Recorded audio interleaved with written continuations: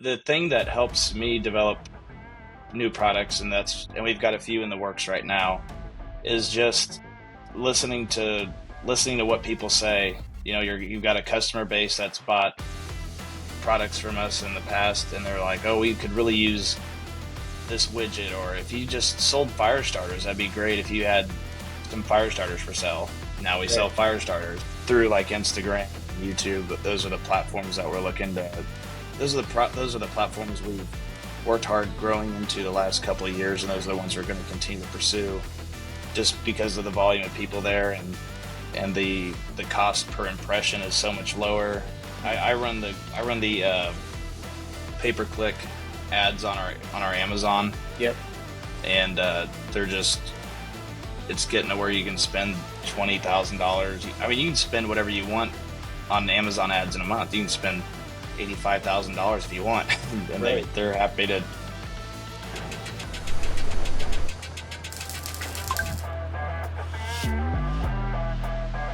Welcome to Manufacturing Insiders. I have Jeff Alexander with me today. He is a third generation manufacturer. They started out originally as a contract manufacturer, and this is something I like to talk about a lot.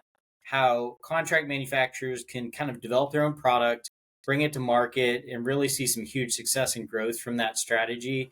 Alexander Manufacturing has done a great job with this, created a multi-million-dollar business by just coming up with an idea and running with it. So, Jeff, thanks for joining today. How'd this whole thing get started? Well, the you want to go back to the very beginning, Sure. or Yeah, give me the okay, history. yeah. So the company started in 1927 by my great grandfather Melvin Alexander, and he was kind of a woodworker. Mostly, he created a lot of products for the government as well. He had a few contracts with the Pentagon to create a top secret bullet that gained velocity once it left the barrel. I always joked that we could have been the next Lockheed Martin if we would have stuck with it. But but he was just kind of enjoyed his hobbies. Enjoyed. I think he wasn't necessarily focused on like a business at the time. So my grandfather took it over Dale at that time, and he's the one who kind of transitioned it more into metalworking, building custom machinery for companies. One of our major revenue streams back in the day was we made machines that would drill wood for Warner Ladder Company. Mm-hmm. So that's where we made a decent amount of our money back then. And then that for some reason in the mid '90s that kind of dried up, and they went to more of plastic based ladders, or yeah, some kind of a plastic Yeah, based like ladder. fiberglass and Yeah, fiberglass. That's it. And so we were kind of facing shutting the doors for a while, and that's whenever my dad had a friend who gave us an idea for a firewood rack, and he didn't want to. He didn't. The friend ended up not wanting to put in the $10,000 or whatever to get it going, and yeah. we made a few modifications to call it our own, kind of improved upon the design structurally. And during the .com boom, we bought firewoodracks.com, and we've been selling them online ever since underneath the Woodhaven name since probably like 98, 99, I want to say. Okay.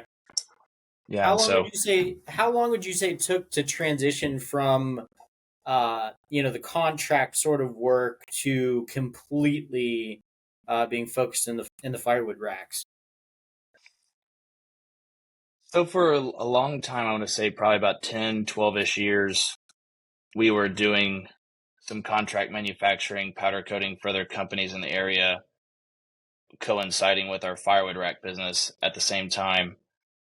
I want to say probably about 2007, 2008, somewhere in there, we knew that the firewood racks would be our best opportunity to keep growing and kind of put our eggs in that basket as companies were starting to outsource a lot of powder coating, a lot of assembly work we did for companies like Coleman, Ream Air Conditioning. We did a lot of contract, not just manufacturing, but just painting and packaging for them. Mm-hmm. When that stuff started kind of going, I think they shipped a lot of that powder coating packaging system to Mexico. Yep. And that's just kind of when we were kind of thought, we've got a better opportunity with the firewood racks, and we're not going to chase down people who are willing to leave at any given moment. Right. Yeah, that makes sense. And that, I mean, that's really why I do encourage that concept with the manufacturers I work with. I think there's still plenty of contract work out there, and honestly, with the tariffs and the changes that are coming, I think that there's going to be more and more opportunity for our manufacturers. But I think it's always a great diversification strategy to develop your own products. I think the thing people struggle with the most is how do you decide if something's a good idea or not? How do you assess the market need for what your idea is, and then take that next step to actually develop the product? I think that's a big challenge. What are your thoughts on that? I mean, for sure, that's a humongous challenge. I mean, even when we're developing complementary products to our firewood racks, it's hard to determine what's going to be a good idea or not a good idea and what's worth chasing and not chasing. And it just comes down to there's no guarantees. There's been two or three inventions that I've had that I was like, oh my gosh, we're gonna sell these to the point we're all in mansions. and Yeah, and it seems like it just doesn't it does some of them don't go over very well. But the thing that helps me develop new products, and we've got a few in the works right now, is just listening to listening to what people say. You've got a customer base that's bought products from us in the past, and they're like, "Oh, we could really use this widget," or if you just sold fire starters, that'd be great if you had some fire starters for sale. Now we right, sell fire starters, and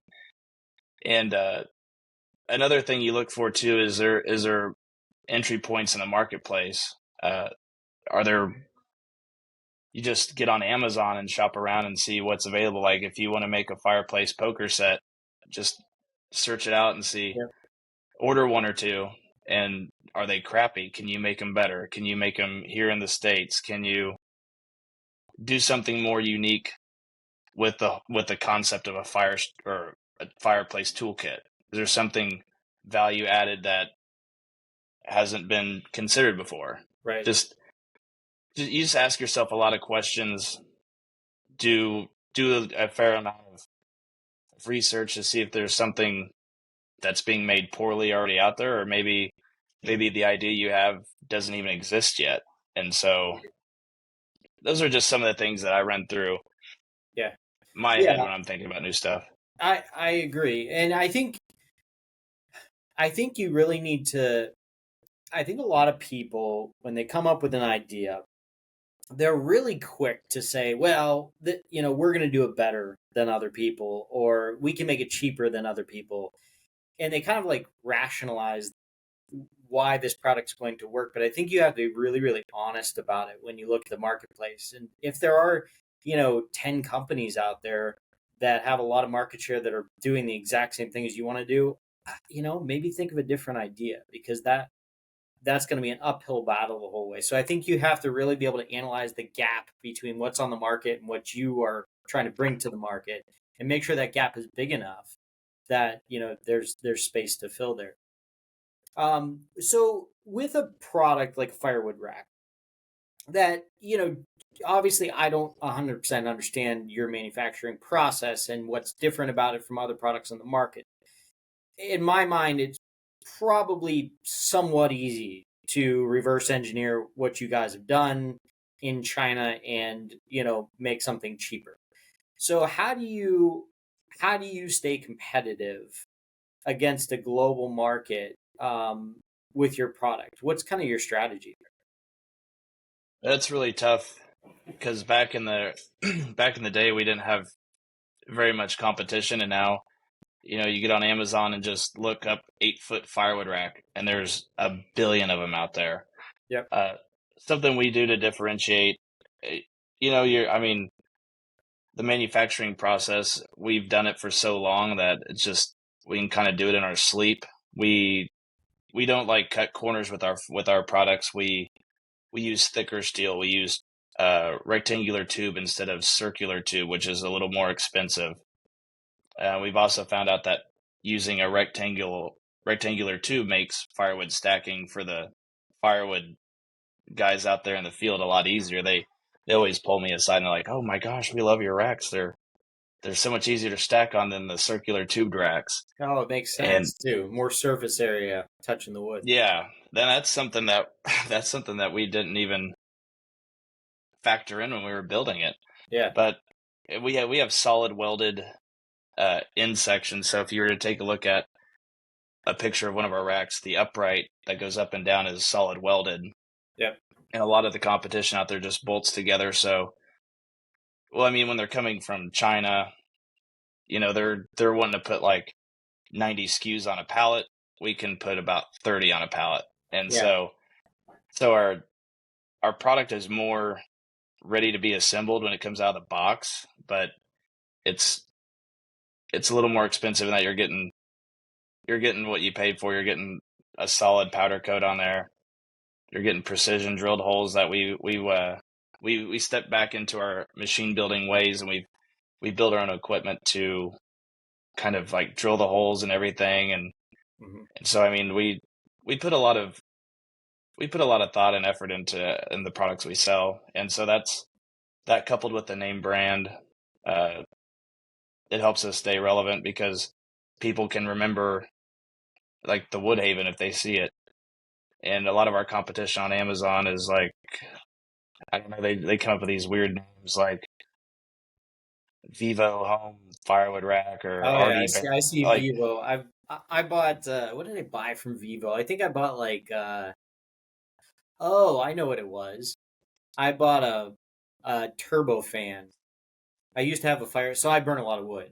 I used to have a uh, fireplace that had like a heatilator, and yeah, I didn't feel like it blew enough air, so I bought a Vivo Sun. I'm assuming that's the same type of brand, but I bought a fan, really strong fan, and installed it in there. It actually worked pretty good. But in the meantime, I ended up buying a wood burning insert, so that's works much better.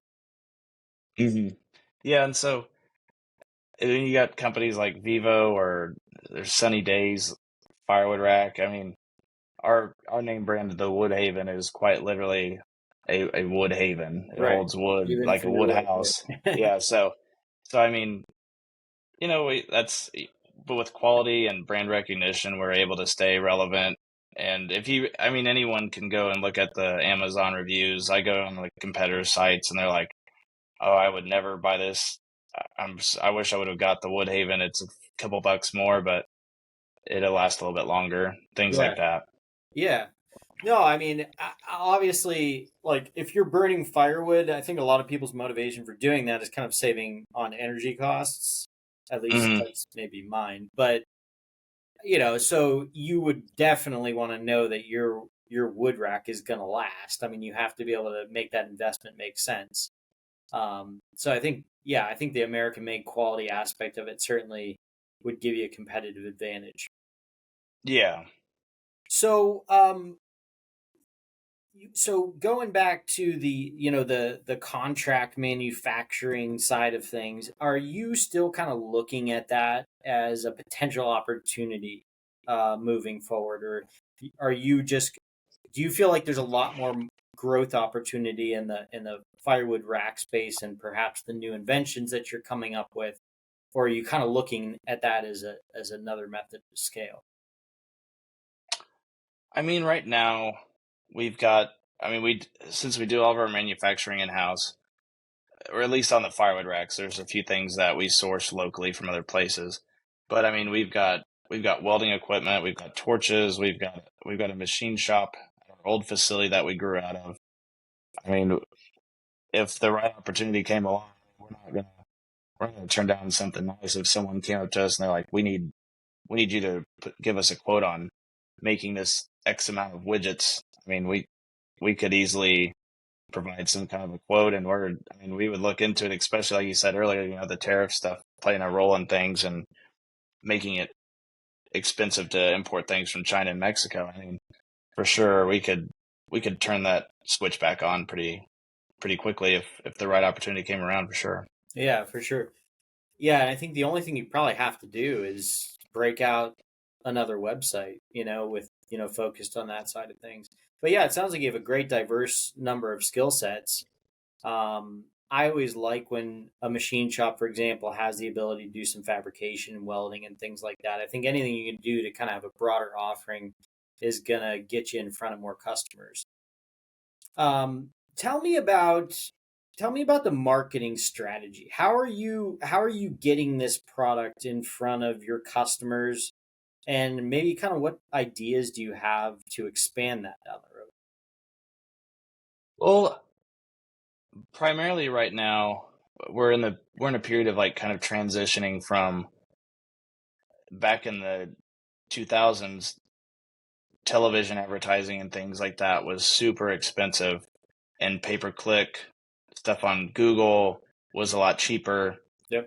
and now it's flopped. And I'm not saying we're going necessarily into television or anything, but we're looking into where are the bulk of our shoppers spending their time at.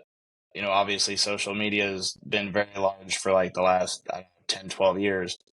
And we're talking to a few companies right now about, getting our family story out, getting the good news about the quality and the product out.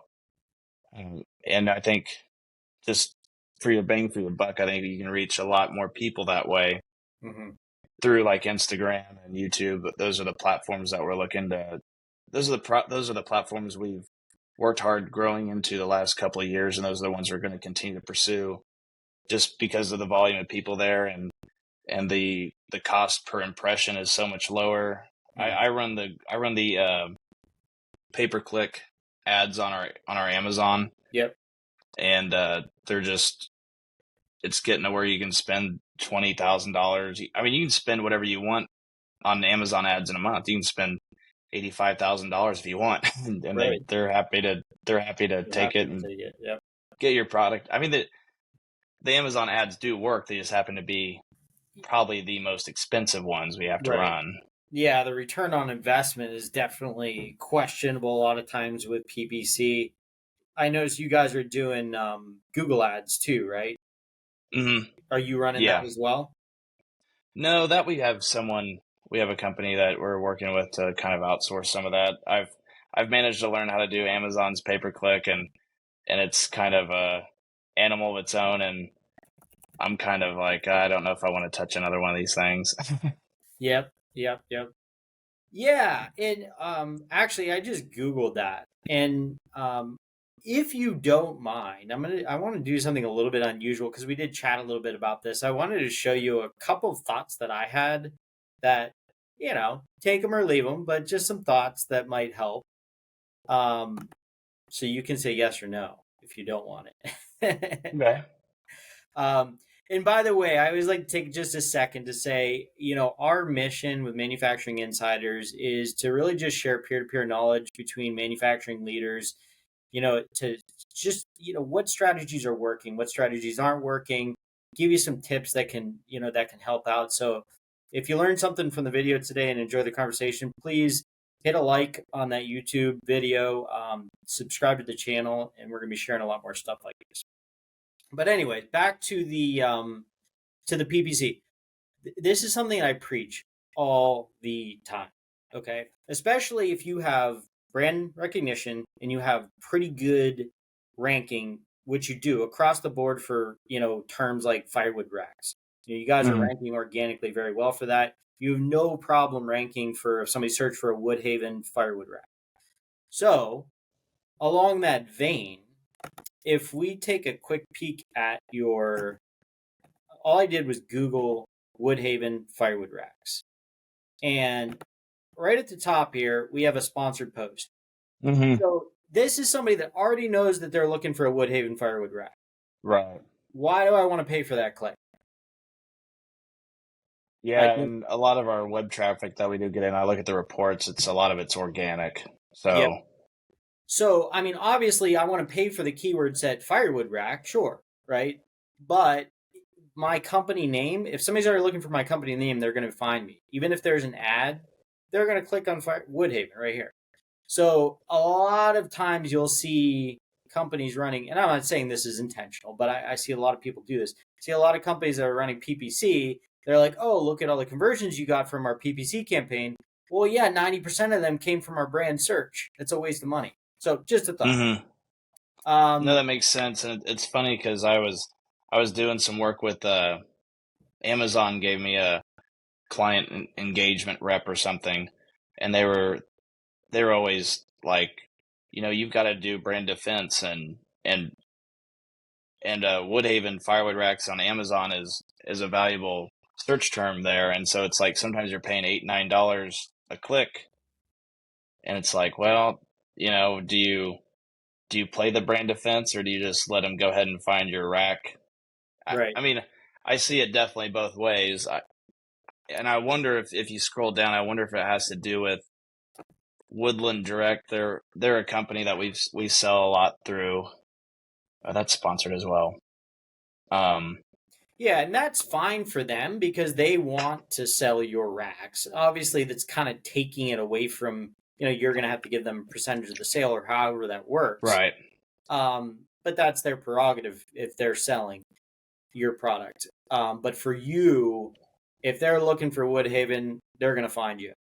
And Mm-hmm. we've actually done these tests before where I had a customer that was running pay per click and they were going after their own brand searches.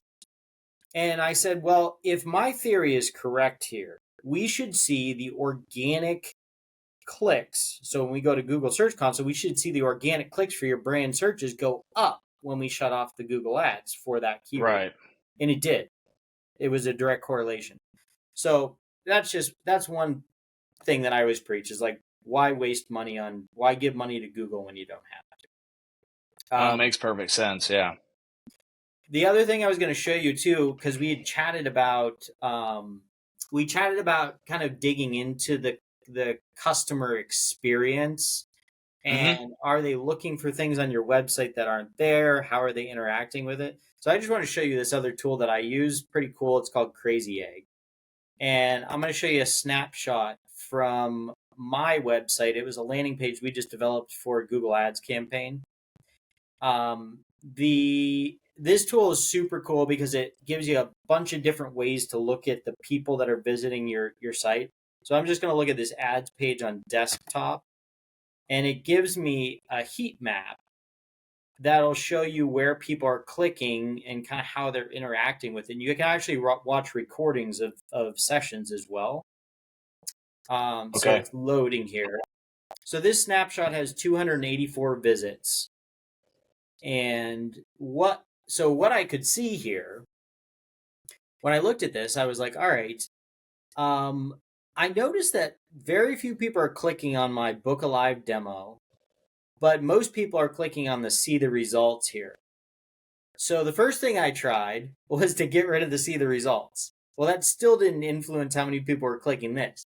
So then what I did was instead of having this scroll them down the page to a place where I have some results, I had it open a video of me just kind of giving a nice personal intro to WeCreate and why we do what we do.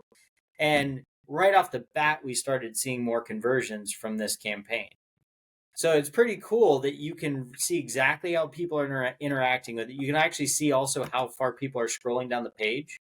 So this is giving you kind of a heat map. You can see what part of the page 100% of people are seeing, what part of the page people, only 25% of the people are seeing. So you can see that the views are really highly concentrated in this area. So that tells me I really need to make sure I'm putting what I need them to see here. And Mm-hmm. obviously, the further you go down the page, you're getting less and less and less. So just kind of a cool tool. I thought you might be interested in that. Might want to try it out. Yeah, for sure. That's very interesting. I'll make note of that Crazy Egg. Yeah, it's pretty neat. Yeah, so that was just my little marketing insert there. Is that a subscription based service or is it Yeah, it's pretty reasonable. I can't remember what exactly we pay for it, but it's probably 150 bucks a month or something like that. okay? But worthwhile, Yeah. and it's something you can honestly. if you're testing out a new campaign, you build a new landing page, you don't have to pay for it indefinitely, but at least get your page where it needs to be. Yeah, and so that's just you can just track basically our homepage, just where people are clicking and not clicking. Yeah, you can put in any page on the website that you want to track. Okay. So I've Yeah. specified that one. I've specified a couple of the blog articles that we get a lot of traffic on, because I want to figure out how I can kind of monetize the blog article a little bit better. Okay. Yeah. I did have one more tip for you if you're interested. Sure. Um, so, and this comes from me being a guy that burns firewood. Mm-hmm. I've never firewood stacking is a challenge. Keeping the firewood dry is a challenge. Putting tarps over it that blow off in the wintertime, and then snow piles up on it, and you got to try to dig the snow up before you pull the tarp off. It's all a pain in the butt. But I've never once thought to myself, I should go look for a firewood rack.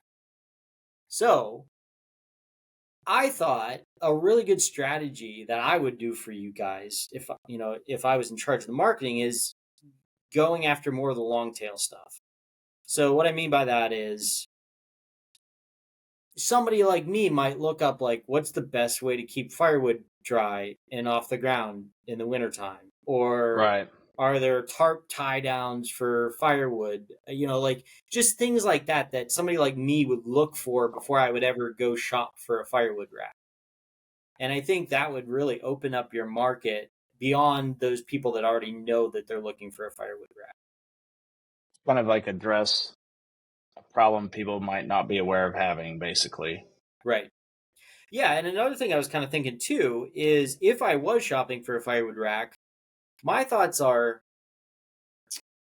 how much wood, how much time does the wood I can stack in a 8-foot firewood rack last me? You know what I'm saying? Like, so is some way to help people calculate usage and like what sort of rack they would need. You might have that on your website. I don't know, but it was just another idea.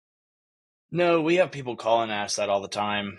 And it just comes down to the individual.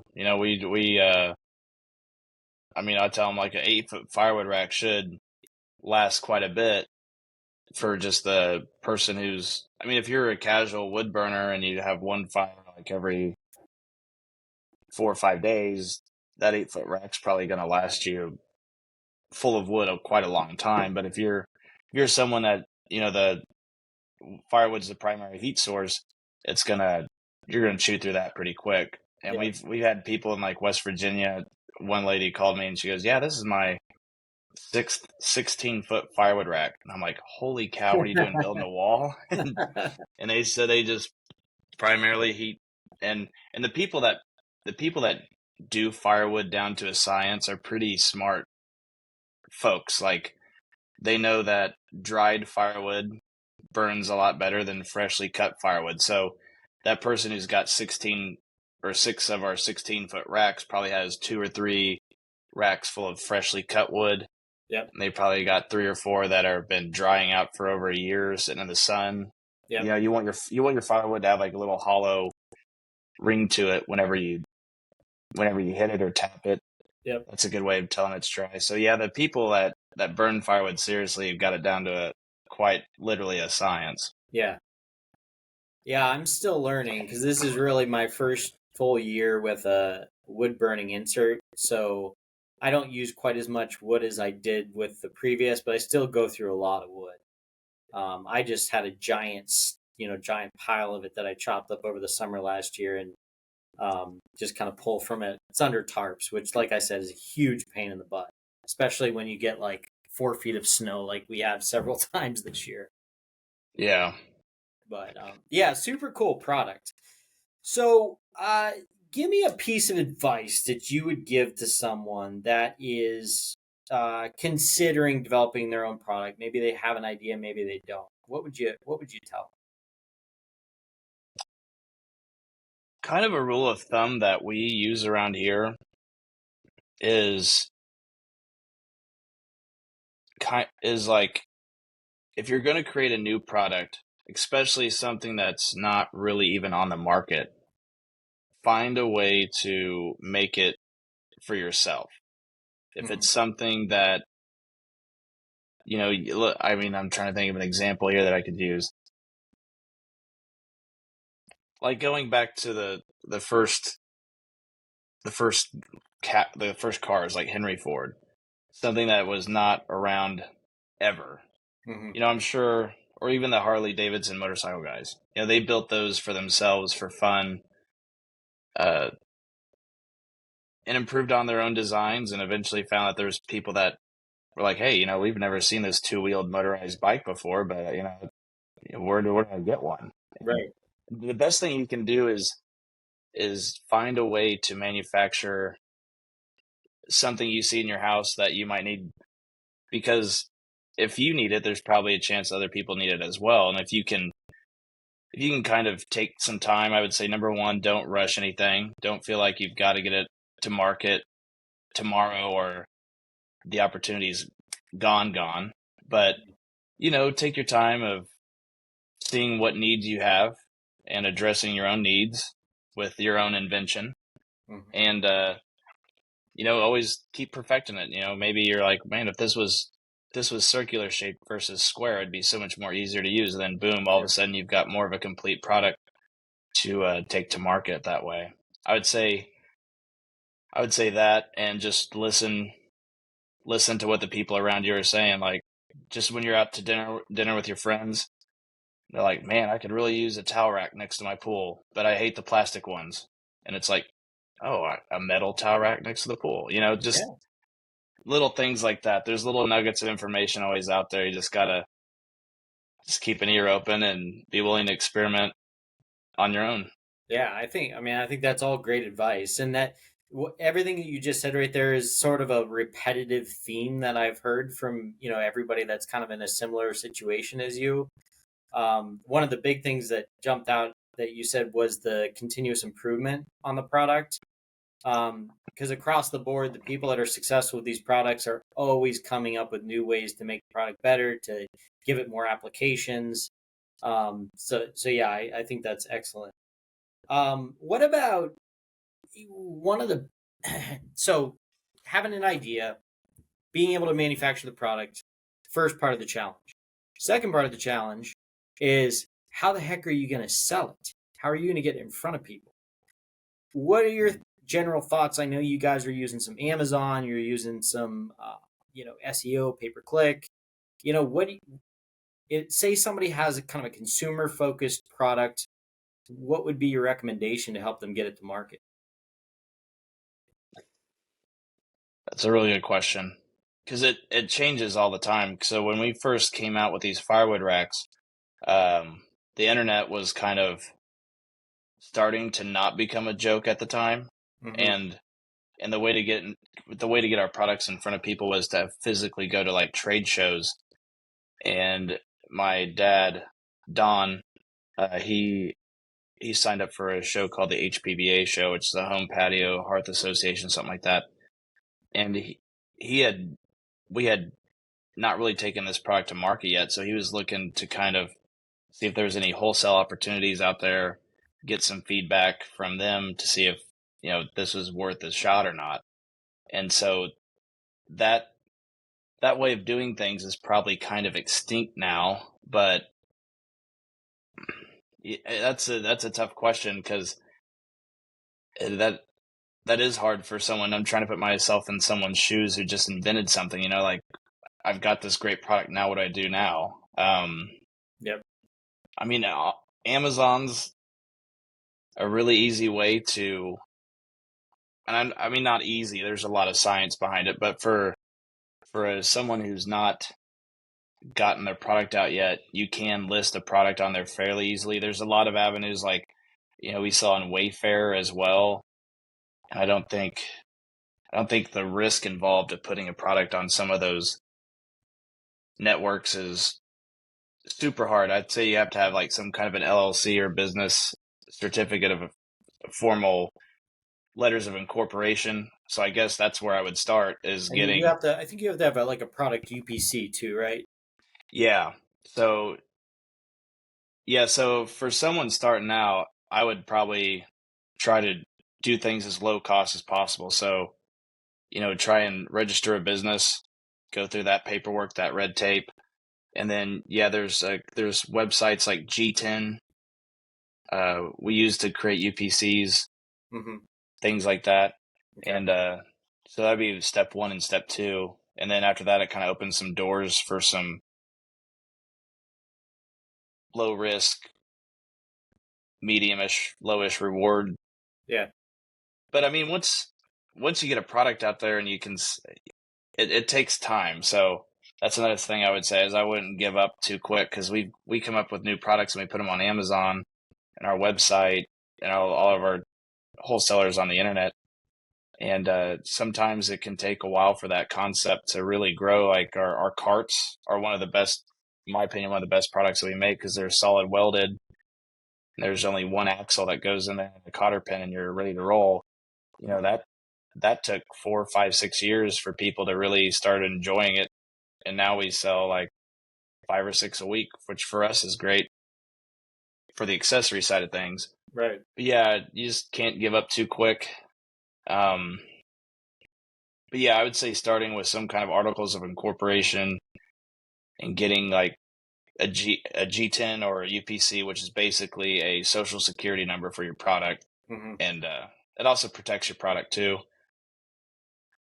And try and come up with some kind of an intelligent brand name for your product. And I would say the thing that I would do too is find whatever your product is and make your brand name part, or make the actual name of the product part of the brand name, because that Mm-hmm. makes everything searchable so much easier. Right. That's a good point. Yep. Yeah, I mean, I think that's all really good advice. The only thing I would add to it is, I'm a web guy, website SEO. I think are really important, and that's like you said, a long game. You don't just start a new website and rank for what you made overnight, but a lot of times you can find keywords that are around. Like you might not rank tomorrow for a firewood rack, but you might be able to rank for solid steel USA made firewood rack. That's a long tail keyword. So you can go after kind of lower competition keyword sets with a brand new website and potentially rank for some of that stuff. Mhm. That's another kind of low cost way to get into a marketplace and just see what people are looking for. Yeah, I would say I should have said that. I just assume it's like second knowledge to me. But yeah, I would recommend as you're doing those things through Amazon and Wayfair, definitely have your own storefront, your own retail storefront for Right. sure. Yeah, because there's people like me that'll go. I'm very much against like giving money to some of these corporations. So like, what I'll do is I'll go to Amazon, I'll find a product I like, and then I'll try to find that company's website and see if they sell it directly through their website. Because I know I'm doing them a favor too, because you're not giving that money to Amazon. We we get a lot of that where sometimes my dad or someone's like, "Where are we spending all this money on Amazon ads and stuff?" And I'm like, "Well, we had 2 people call in the last month and said, 'Yeah, we saw your ads on Amazon and we wanted to give you a call and see if you're the manufacturer, and we just thought we'd buy from you.'" And yeah, sometimes our Amazon ads don't they hurt our conversion, or not our conversion rate, but our average cost of goods sold Right. on the Amazon side, but they help out on the retail side from our own storefront. Right. Yep.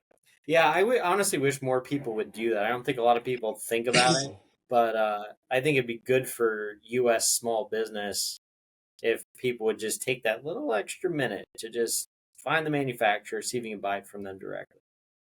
I know it's a vicious cycle because you're like, oh man, I'm just gonna pick up toothpaste from Colgate, and you're gonna buy a pack of it, and then you're like, oh yeah, I could use this, and this, and but Yep. but Yeah, well, I mean, you guys have built a great company. I really like your story. Kind of that generational, really quality focused, focused on employee quality of life as well. And it's great to see. So I think you actually didn't you originally? I thought you were third generation, but are you actually fourth generation? We're third generation owned, but my brother and I You'd be the fourth. would be the fourth generation. Okay.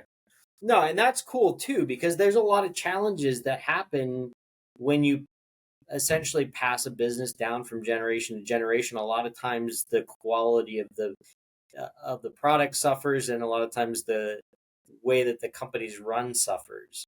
But it seems like you're the type of guy who's going to try to maintain or improve the standard of what has been done before, which is important.